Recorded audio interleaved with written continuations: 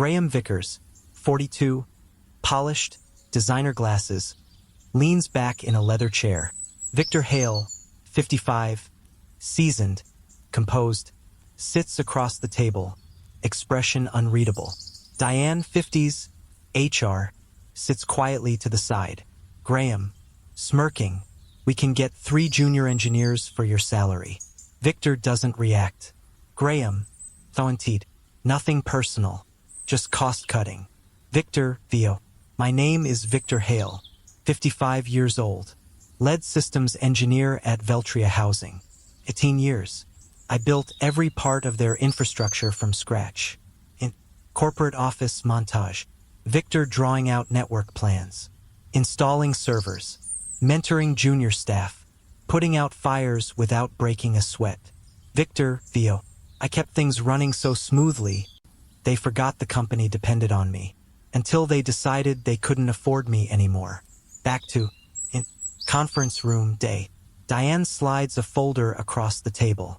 Diane, 2 months salary, plus accrued vacation. Victor nods and takes the folder. Victor, thank you. Graham, that all you have to say? Victor, what would you like me to say? Graham, most people in your position have questions. Victor shrugs. Victor, seems straightforward. Graham, we'd appreciate your help with the transition. Maybe a consulting arrangement? Victor, I'll think about it. In office cubicle later, Victor packs a cardboard box, old schematics, framed photos, coffee mug. In parking garage moments later, Victor walks to his truck. Phone buzzes. Text. Vic, whole team's freaking out. Alan. XT. Lake Ontario deck, sunset. Victor sips bourbon. Elaine, his wife, places a hand on his shoulder. Elaine, what will you do now? Victor, something will turn up. In flashback various. Young Victor being hired by Harold Bay. The company growing from 4 buildings to 63 properties. Victor, Theo, I built their system piece by piece. They never approved a documentation team. I was the documentation. In corporate office months earlier, Graham speaks at a whiteboard. Graham, standardization, cloud migration, efficiency. He hires 3 junior engineers. They shadow Victor but can't keep up. In Victor's home office night, phone rings. Voicemail from Graham. Graham, Theo. Tenant portals down. Junior team stuck. Quick consultation. Victor deletes the voicemail.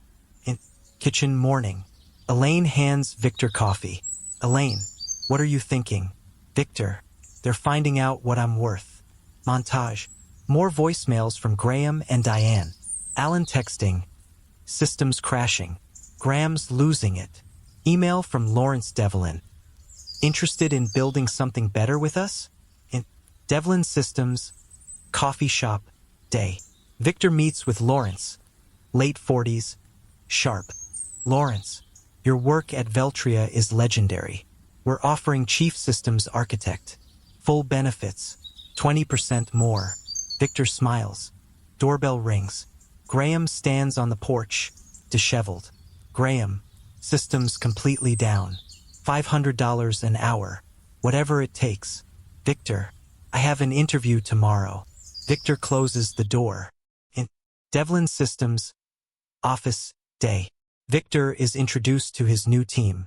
In Veltria HQ, various, intercut, systems crash.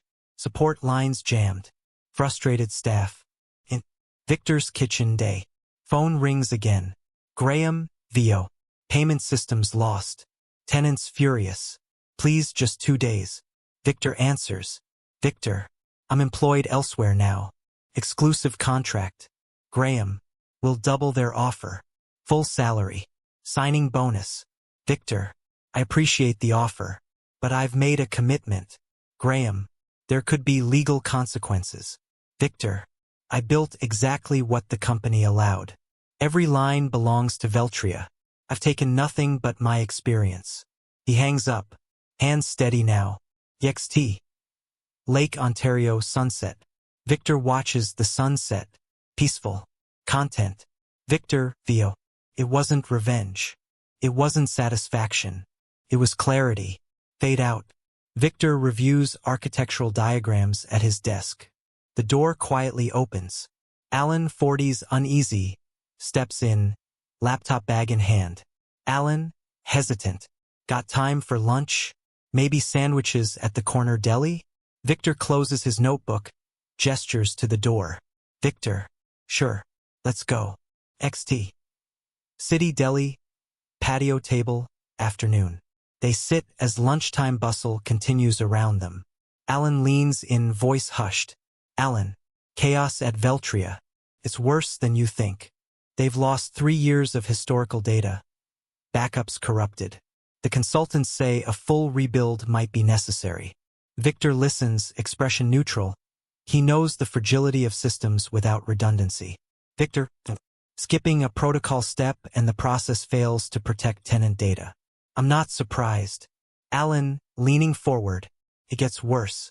I found emails. Graham and the board were planning your firing months ago.